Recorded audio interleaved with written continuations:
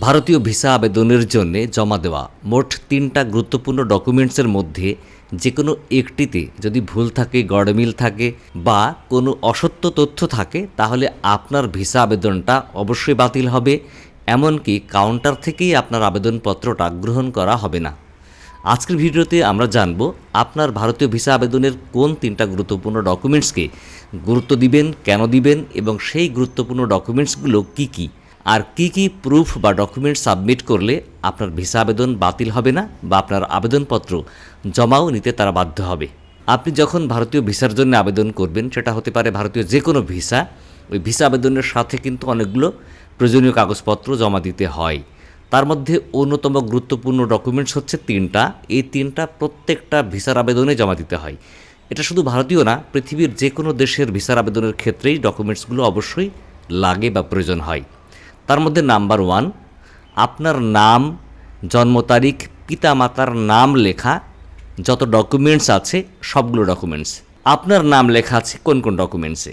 আপনার passport, NID card অথবা online থেকে নেওয়া জন্ম সনদ, আপনার ব্যাংক স্টেটমেন্ট অথবা ইন্টারন্যাশনাল ডেবিট বা ক্রেডিট কার্ড এবং আপনার পেশা সংক্রান্ত কাগজপত্র। সেটা হতে পারে এনওসি, গভর্নমেন্ট অর্ডার বা জিও, হতে পারে ট্রেড লাইসেন্স কিংবা স্টুডেন্ট আইডি কার্ড। এই সমস্ত কাগজে কিন্তু আপনার নাম লেখা থাকে। তো হতে পারে কিছু ডকুমেন্টসে শুধু আপনার নাম লেখা আছে, আবার কিছু ডকুমেন্টসে আপনার পিতার নাম, মাতার নামও লেখা আছে, সাথে আপনার জন্ম তারিখ আছে। তো এই কাগজপত্রগুলো কিন্তু আবেদন করার পরে যখন সাবমিট করতে যাবেন, যে কাউন্টারে জমা দিবেন তারা খুব পুঙ্খানুপুঙ্খভাবে যাচাই করে দেখে। প্রথমে এটা যাচাই করে সকল কাগজপত্রে যে তথ্যগুলো আছে, আপনার নাম লেখা আছে, এগুলো একই ফরম্যাটে, একই স্পেলিংয়ে, একই বানানে লেখা কিনা। যেমন আপনার নাম, পিতার নাম, মাতার নাম, জন্ম তারিখ। প্রথমে তারা দেখবে যে আপনি ভিসা আবেদন ফর্ম ফিল আপ করেছেন, সেখানে যা লিখেছেন সেই তথ্য আপনার পাসপোর্টের সাথে মিল আছে কিনা, আপনার এনআইডির সাথে মিল আছে কিনা। তারা যদি প্রয়োজন মনে করে তারপরে তারা এনওসি বা পেশা সংক্রান্ত কাগজপত্র এবং আর্থিক সচ্ছলতা প্রমাণের জন্য যে কাগজপত্র দিয়েছে তার সাথেও মেলাতে পারে। নাম্বার 2, আপনার পেশার প্রমাণপত্র। আপনি যখন ভিসার জন্য আবেদনপত্র জমা দিতে যাবেন, তারা এই পেশার প্রমাণপত্রটা খুব গুরুত্ব সহকারে দেখে। খেয়াল রাখবেন যে আপনি যত স্ট্রংলি আপনার পেশার প্রমাণপত্র সাবমিট করতে পারবেন, আপনার ভিসা পাবার নিশ্চয়তা তত বেড়ে যাবে। আপনি যদি বাংলাদেশে একটা ভালো সম্মানজনক পজিশনে থাকেন, ভালো একটা চাকরি করেন, তাহলে আপনার ভিসা পাওয়া সহজ।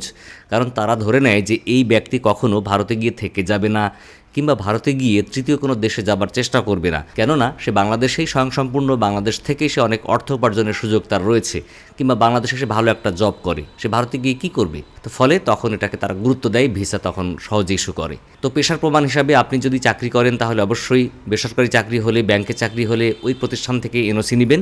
ওই এনওসিতে যেন আপনার নামটা আপনার পাসপোর্টে, আপনার এনআইডি কার্ডে যেভাবে লেখা আছে একই রকম হয়।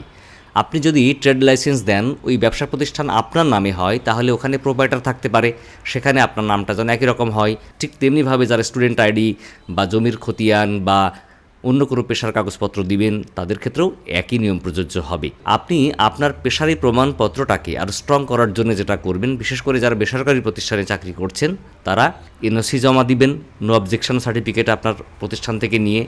একই সাথে এই পেশার প্রমাণটা যে সঠিক এবং এটা যে 2 নম্বর না, জালিয়াতি করেননি, তার প্রমাণ হিসাবে আপনি আপনার আইডি কার্ডের বোথ সাইড ফটোকপি অ্যাটাচ করবেন। একই সাথে আপনার যদি কোনো ভিজিটিং কার্ড থাকে, সেই ভিজিটিং কার্ডটা স্টাপল করে ওই এনওসির সাথে লাগিয়ে দিবেন। তাহলে আপনি যে পেশায় আছেন এটা আরও বেশি অথেন্টিক হবে, আরও বেশি প্রমাণ করবে। এবং একই সাথে যখন আপনি আবেদনপত্র জমা দিতে যাবেন, তখন আপনি আপনার এই আইডি কার্ডের অরিজিনালটা একই সাথে ভিজিটিং কার্ড সাথে করে নিয়ে যাবেন। কেননা তারা যদি কখনো এটাকে চ্যালেঞ্জ করতে চায় এবং তারা দ্বিমত পোষণ করে যেটা অরিজিনাল না, তখন এগুলো সাবমিট করতে পারবেন, দেখাতে পারবেন, তাহলে আপনার আবেদনপত্রটা গ্রহণ করবে। এবং সর্বশেষ বা 3 নম্বর হচ্ছে যে আপনার আর্থিক সচ্ছলতার প্রমাণ। আপনি যে ভারত ভ্রমণে বা বিদেশ ভ্রমণে আর্থিকভাবে সচ্ছল, কিংবা আপনি ওই দেশে গিয়ে কামলাগিরি করবেন না, থেকে যাবেন না বা তৃতীয় কোনো দেশে যাবার চেষ্টা করবেন না, সেজন্যে আপনাকে প্রুফ দিতে হবে যে আপনি অর্থনৈতিকভাবে সচ্ছল আছেন। সেজন্য কী করতে হবে? হয় আপনার ডলার এন্ডোর্সমেন্ট করে ভিসার জন্য আবেদন করতে হবে, অথবা ব্যাংক স্টেটমেন্ট দিবেন, অথবা আপনি ইন্টারন্যাশনাল ডেবিট বা ক্রেডিট কার্ডে ডলার এন্ডোর্সমেন্ট করে তার কপি সাবমিট করবেন। এটা হলো আপনার আর্থিক সচ্ছলতার প্রমাণ। তো ফলে আপনি যে আর্থিক সচ্ছলতার প্রমাণ জমা দিবেন, সেখানে যে আপনার নামটা লেখা আছে, কার্ডের উপরে নাম লেখা থাকে, ব্যাংক স্টেটমেন্টের নাম লেখা থাকে, গ্রাহকের অ্যাকাউন্ট নেম যেটাকে বলে, সেই নামটা যেন অবশ্যই আপনার পাসপোর্ট এনআইডি কার্ডের সাথে মিল থাকে, এটা খেয়াল রাখতে হবে। ঠিকানা পার্থক্য হলে সমস্যা নেই, যেন এই নামের স্পেলিংগুলো সঠিক এবং মিল থাকে। আর আর্থিক সচ্ছলতার প্রমাণ হিসাবে যদি ব্যাংক স্টেটমেন্ট জমা দেন, সেটা অবশ্যই মিনিমাম 3 মাসের এবং ম্যাক্সিমাম 6 মাসের দিবেন। যদিও ওয়েবসাইটে বলা হচ্ছে যে 3 মাসের জমা দিবেন, বাট 6 মাসের দেওয়া ভালো। এবং এই 6 মাসের মধ্যে যেন এই ব্যাংকে নিয়মিত লেনদেন হয়, আপনি টাকা জমা দিচ্ছেন উঠাচ্ছেন, জমা দিচ্ছেন উঠাচ্ছেন, এটা যেন রেগুলার হয়।